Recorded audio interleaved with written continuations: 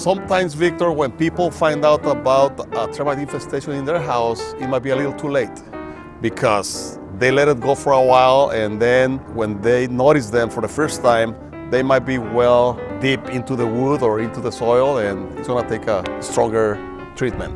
The first thing to do for a termite inspection is checking the outside eaves. We check all the fascia boards, tapping and probing every wood member to make sure that they're healthy and strong.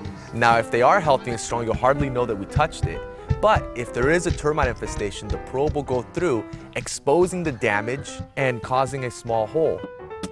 Okay, so here we have some drywood termite activity. You can tell it's drywood termites based on the pellet frass on the inside. After the exterior, we'll do the inside. Inside's pretty quick. We're just gonna follow the perimeter of the walls with a flashlight. Look for things that are odd and out of the ordinary. Pellets, wings, tubes. Those are all indicators of the termite infestation. When I'm done with the inside, I usually go to the attic space, and at the end, we have to crawl the perimeter of the sub area, making sure that there is no infestation of either drywood or subterranean termites. Getting the inspection done, keeping an eye for wings, pellets, tubes, and ultimately calling a professional. These guys are known as hidden invaders, and a lot of times homeowners aren't gonna see the signs right away. Inspection, inspection, inspection. Before we recommend a treatment, we have to inspect, and then based on our findings, we're going to make a recommendation.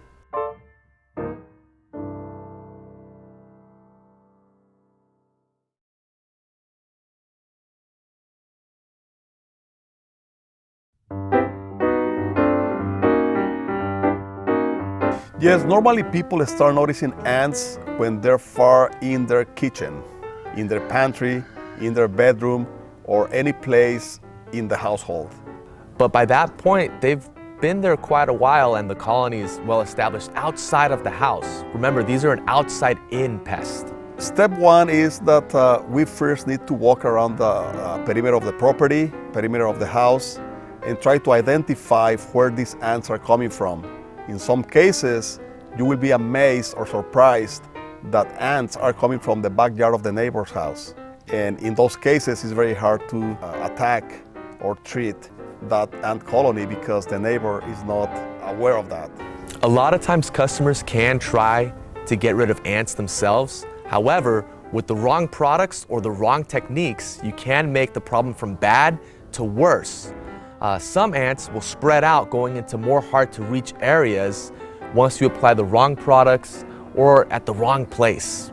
Another thing is that they misapply it, and sometimes they don't wear the protective equipment needed in order to protect themselves. But in some cases, when they're inside, we may just want to apply a gel bait if it's in a sensitive area where maybe we don't want to go in and spray everything down. Oh, got some spilled syrup down there. That's something we want to let homeowners know to clean up so that it doesn't attract pests. Let's keep in mind that we have a variety of materials we can use, such as sprays, dusts, or gel bait. Non-repellent products is what's important. We don't want the ants to be moving away from the house till they find a crack in the chain of armor. We want them to go right through, pick up the product, and carry it back to the whole colony. That's how you really get control.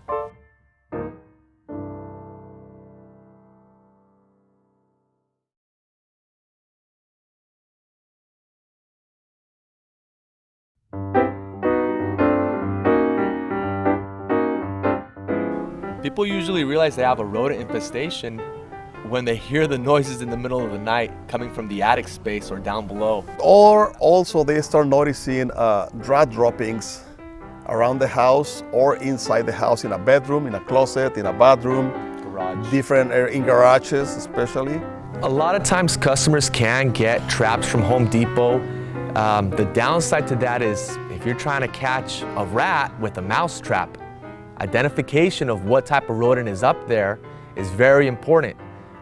Professionals like ourselves are able to identify whether it's a roof rat, a Norway rat, a mouse, a house mouse. Those identifications are key to catching and putting out the right type of traps. Once again, with rats or rodents, we have to make a full inspection and assess the situation. Because you can catch 5 rats in the attic, but if you never address the entry points, new rats will just keep coming in, so making those exclusions and closing up the holes is important. Pay attention for holes after you get a constructor doing some improvements in your house. Sometimes they forget to seal all the holes that they created, to run pipes in the sub area. So right here is a rodent bait station. We're gonna place them against the walls.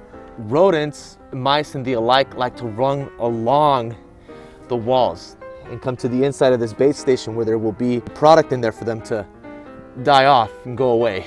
We set up bait stations, we set up traps in the attic space or the entry points, close those up, and come back once a week, remove the dead rodents, seal up the holes where they're coming in from. That's the best way to solve that problem.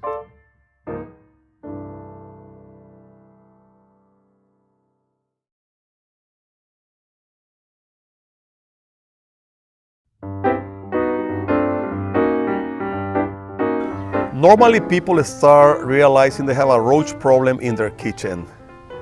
They start seeing one roach around, crawling around in a drawer or a cabinet, but you know how that is. Where there is one, there is more. Yeah, a customer can try to do this by themselves. The main issue that I see is going to be using the same active ingredient over and over again. Roaches eventually will evolve from that active ingredient and not go for the bait or die from the product. We have a plethora of different products to use with different active ingredients that'll make sure that the new hatch of roaches will die.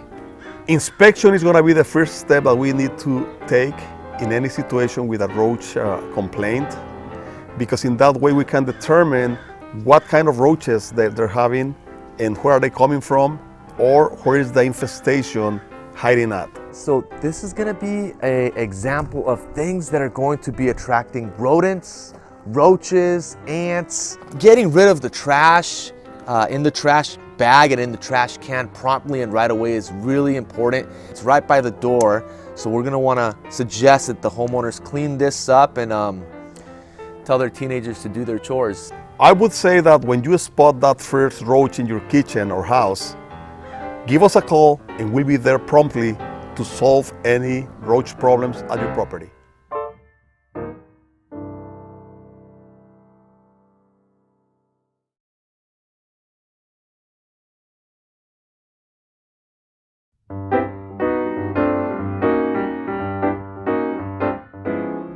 Bees and wasps start to become very active in the spring and summertime.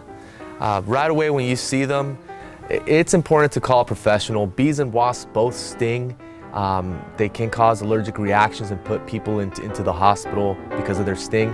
That's not something we recommend a homeowner go and try to take care of on their own. Yeah, in a lot of cases when we show up checking for bees or wasps, we have encountered infestations on the eaves, in a void wall, in the garage, in the attic. So that's why making a full inspection is going to be very important to have the better plan of attack or the better treatment in that case. As we're de-webbing, not only is it good to get rid of the spider webs, but also little wasp nests. If there's a wasp nest in the eaves, meaning this section of the house by the roof, we want to be able to knock it down while there's not many there, so they don't have a home to come back to.